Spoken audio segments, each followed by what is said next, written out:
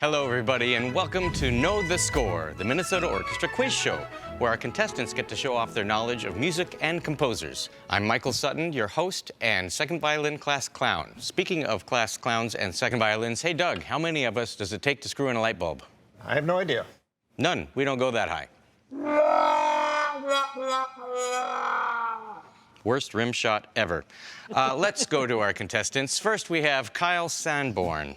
Kyle is a native of Portland, Oregon. He joined the Minnesota Orchestra bass section in 2022. He enjoys post-concert bowling with fellow musicians when he's not on epic hikes or snowboarding in the mountains. Tell me, what have you been listening to lately, Kyle?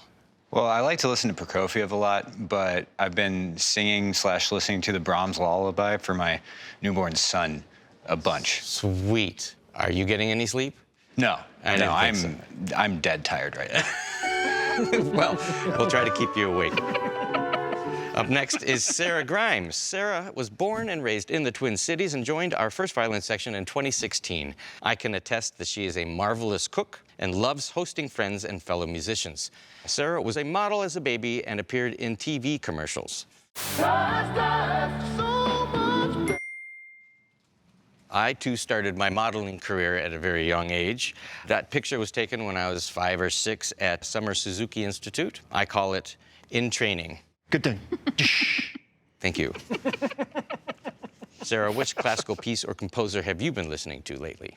I just recently had the chance to perform Verklaartenacht for the first time in my career, which I've always loved the piece, and the obsession doesn't end. I'm still listening to it a couple months later. Very cool. Andrew Chappell, bass trombone from San Francisco, joined the orchestra in 2014. He is an outdoorsman, he loves hiking, camping, and is really into heat-resistant latex gloves. Tell me more. Well, recently I've been doing a lot of barbecue, and I just bought a new set of latex gloves that have heat-resistant liners, and it's a game changer. It's fantastic. Cool. All right. Tell me a composer or score you've been listening to. Periodically, I like to listen to Terry Riley's A Rainbow in Curved Air. I don't know that one. What's it about? It's an organ piece with tape and looped solo organ. Very cool. And finally, we have Doug Wright, principal trombone here since 1995, also a member of the Uptown Brass Ensemble with fellow Minnesota Orchestra musicians. So you also seem to love hiking. Tell me about that. Anytime I get a chance to go hiking, go out in the nature with my family, it's cherished time. Which composer are you enjoying right now? I kind of have a tie. I love Shostakovich, I love Mahler. They both write great stuff for the trombone, but they also write beautiful melodies for Sarah and Kyle over there. Not so much for Andy. That's not my thing. So that you know, when Andy and I are not busy playing, we can sit back and enjoy some wonderful music as well. Anything other than classical you like to hear? You know, I'm a sucker for bands of the 70s with horn lines. You know, Chicago, Earth, Wind and Fire, Blood, Sweat and Tears. You know, I like it all. Fun fact, Doug appeared in MTV's Aerosmith video, Dream On. I do not recall there being a trombone in that song. So it was a special video that was made to celebrate MTV's 10th anniversary. So it's been a minute.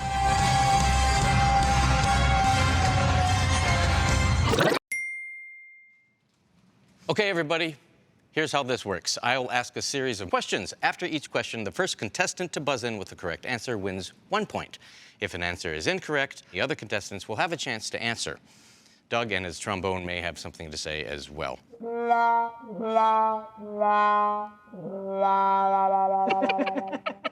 A speed round may determine the winner. Let's play Know the Score. Which 1924 piece was the first orchestral work to use a pre-recorded element, the sound of a bird singing under a full moon? Was it Rhapsody in Blue, Sibelius 7, or Respighi's Pines of Rome? Sarah. Is it Pines of Rome? It is Pines of Rome. Follow-up bonus, what type of bird was it? Nightingale? Bingo. Next question. 2 of which instrument were custom-made and donated to the Minnesota Orchestra during the pandemic and first used in performances of Berlioz's Symphonie Fantastique? Sarah really wants it, but I'm going to say Kyle. So it's the church bells? Absolutely.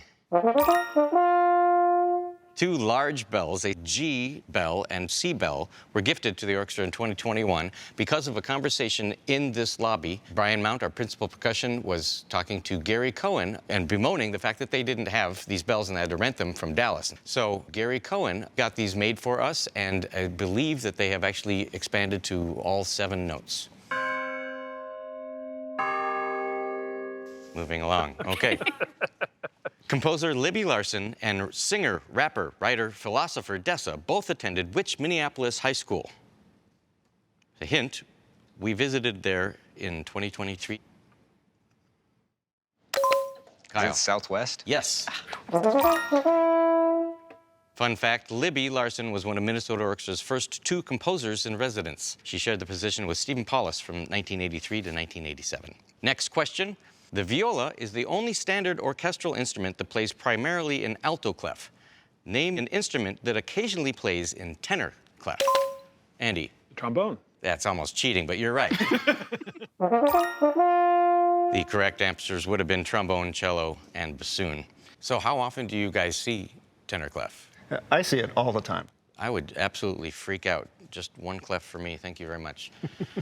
In the Minnesota Orchestra's early years, when it was called the Minneapolis Symphony, what nickname did it earn in reference to its extensive touring schedule?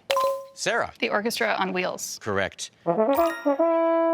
Fun fact, the Minneapolis Symphony was involved in a train accident in 1918 on its trip to Utah. 14 musicians were actually injured, but the orchestra still performed that evening's concert 5 hours late. The orchestra off the rails. Next question. Film composer John Williams has earned more Oscar nominations than anyone else alive. How many has he received? Each of you will give me your guess, and the person closest gets the point. Kyle? 27.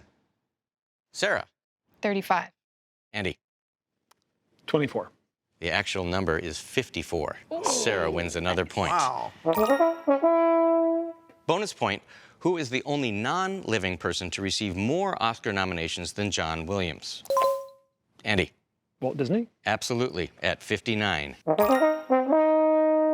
Last question of this round. Why didn't Gustav Holst write a movement for Pluto when he composed the planets? Kyle? It wasn't discovered yet? Correct. It was detected in 1930, and Holst wrote that in 1917. That brings us to the end of round 1.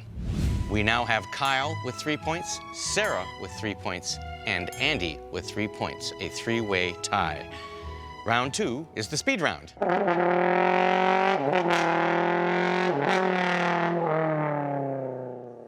Wow, even manual transmission, cool. The speed round has 2 points for each question. Here we go. Which composer of over 100 symphonies is known as the father of the symphony? Andy. Haydn. Bingo.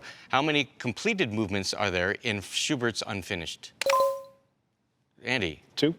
Very good. Which Gustav Mahler symphony takes the longest to perform? 3. Right. Which instrument plays the solo at the beginning of Rite of Spring? Sarah. Bassoon. Yes. True or false? Harpists use all 10 of their fingers. Kyle. False. Correct. They do not use their pinkies. And that brings us to the end of the speed round. Let's have the judges tally up the scores.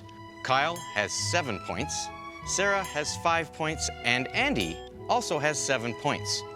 We are in a tie. I suggest that we have a final question that is worth 3 points. Winner takes all.